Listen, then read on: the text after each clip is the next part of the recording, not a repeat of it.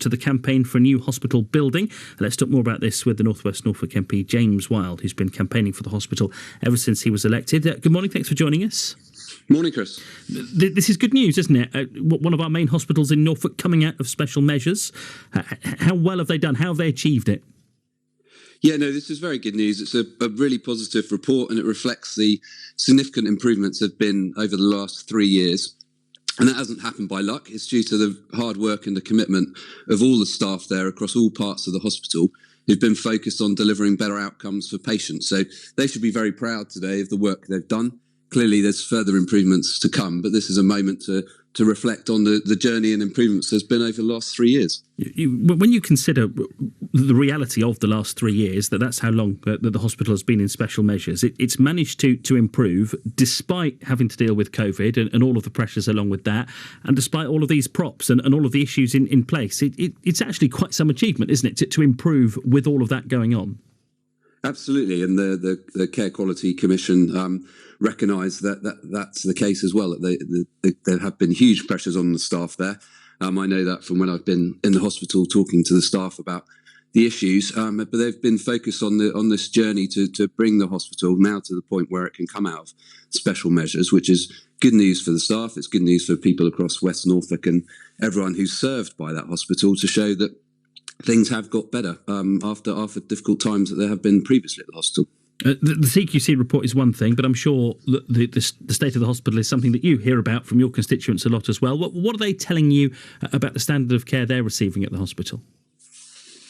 Well, people have good experience, by and large. There are some cases that don't go well, and one of the things the report talks about is the open culture there is for people to raise concerns on behalf of themselves or their families if treatment hasn't gone well. Clearly, the props and the issues with the age of the building and the capacity of the building are well known. It's good to see the new endoscopy unit being lifted into place in the last couple of weeks. That's a £12 million investment. There's improvements coming with the new outpatient unit as well.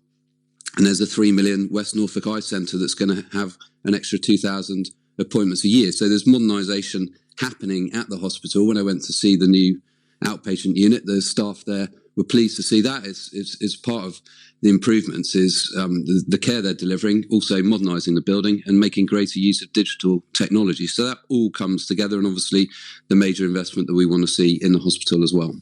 I'm glad you mentioned that, because this is now the next challenge, isn't it? Out of special measures, that's great news, but Kings Lynn does need a new and a much improved hospital. So what's the latest? When will we know whether Kings Lynn and the hospital is going to be on this list that the government's been promising? Well, hopefully soon, hopefully in the coming days and weeks, hopefully not too much longer.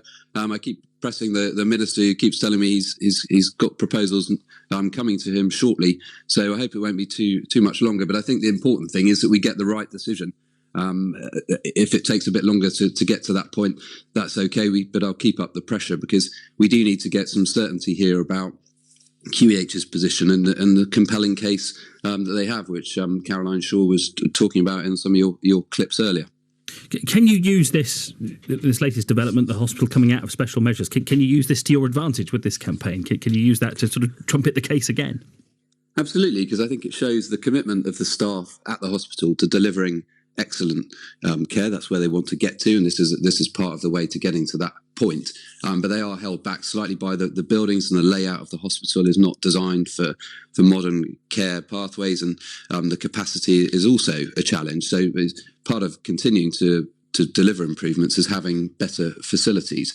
That was set out in QEH's strategy, their 5-year strategy, that improving the buildings is an important part of that. So that's certainly a point I'll be making to the Health Secretary. We've got questions in Parliament next week. I'm hoping to be called and get on the list for that, but I'll be speaking to him separately anyway to underline the positive news here.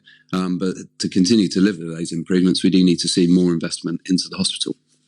Thanks for talking to us this morning, North West Norfolk MP James Wild, on a couple of bits of news there connected to the Queen Elizabeth Hospital. One is the positive news this morning that it is coming out with special measures. We'll talk to the hospital's chief executive after 8 o'clock this morning about that, how they've done it. And let's be honest, what are very difficult circumstances over the last 3 years. But also, it's the next challenge now, isn't it? And making sure that Kings Lynn and West Norfolk gets the hospital that it needs, with 470 props holding up 59 areas of the roof now. It's not good enough. It's really is a problem, and it's something that James Wild's been campaigning to try and sort out, and we will hear from